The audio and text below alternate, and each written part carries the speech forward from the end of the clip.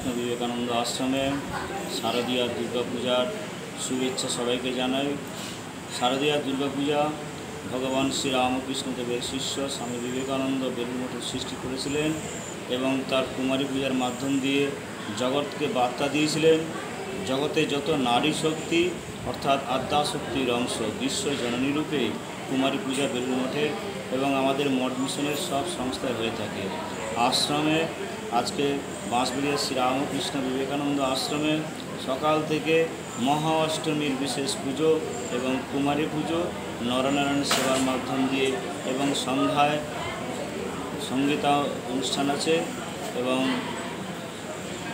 সব কিছু সেবার মাধ্যম দিয়ে আজ এই দিনটি উদযাপিত করা হলো এবং সবাইকে বার্তা দিতে চাই, মায়ের কাছে প্রার্থনা করি মা যেন সবাইকে ভালো রাখেন, সুস্থ রাখেন, আনন্দ রাখেন।